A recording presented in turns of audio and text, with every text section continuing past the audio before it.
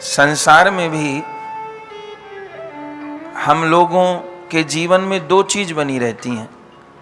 कभी हम लोग सुखी होते हैं और कभी हम लोग दुखी होते हैं।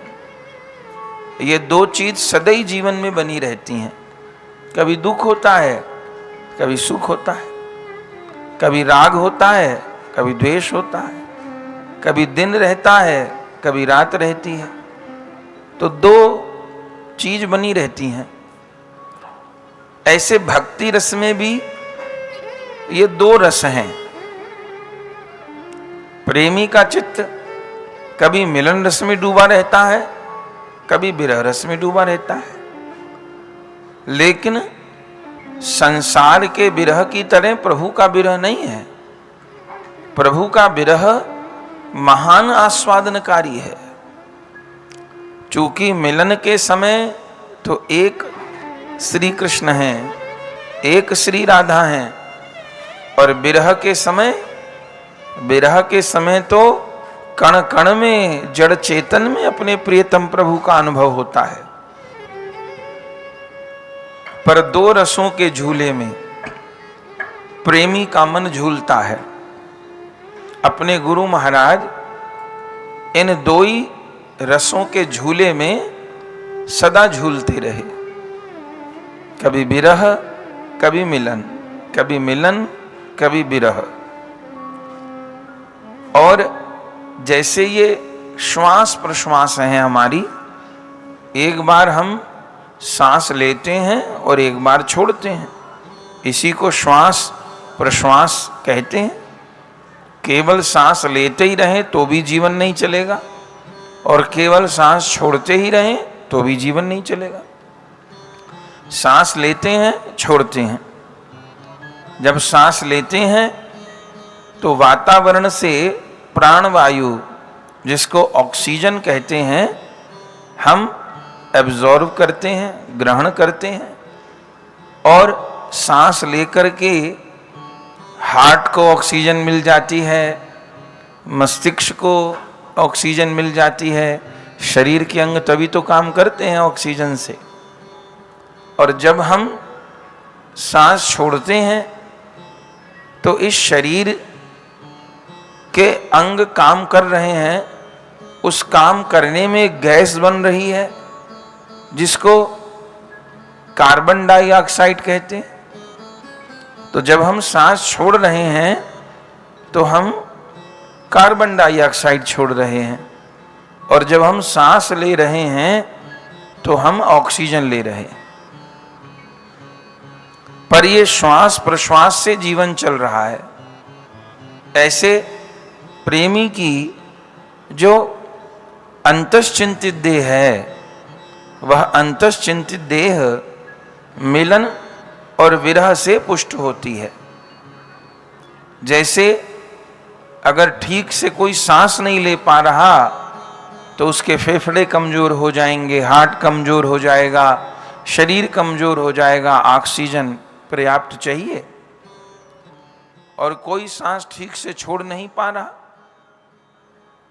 आईसीयू में क्यों डाला जाता है?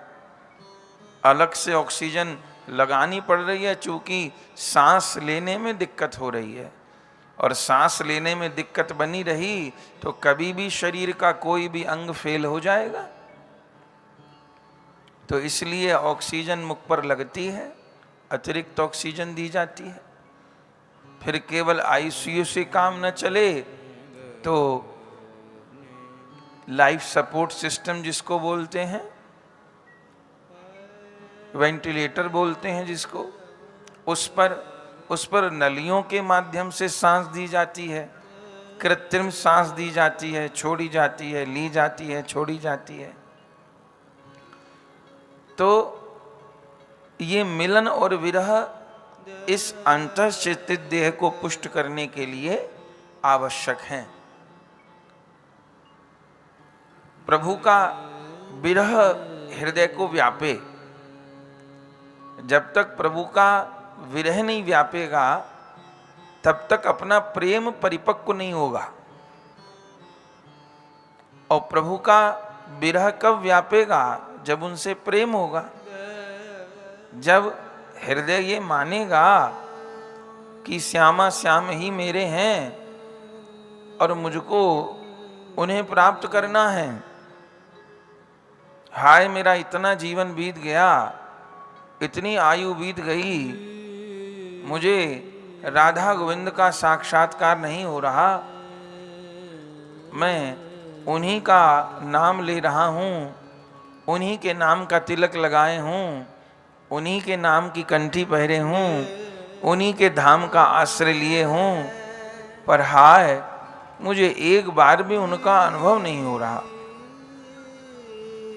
वे कम मुझे हाथ पकड़ करके कहेंगे कि तू मेरी है।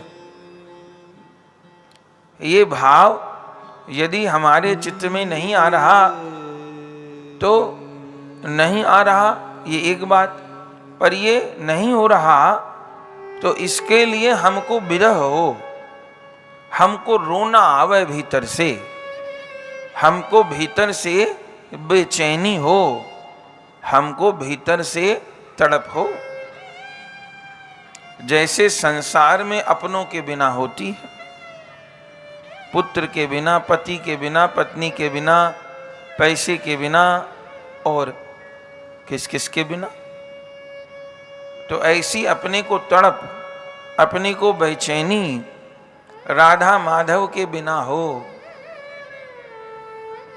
इसका नाम विरह है। और फिर लीला श्रवण करते करते, सेवा करते करते, भजन करते करते उन श्यामा श्याम का साक्षात्कार हो, उन श्यामा श्याम के रूप की, लीला की अनुभूति हो, तो उसमें मिलन सुख का अनुभव हृदय को हो, तो हृदय प्रसन्न हो जाए, प्रेम में झूम जाए, इसका नाम मिलन रस है।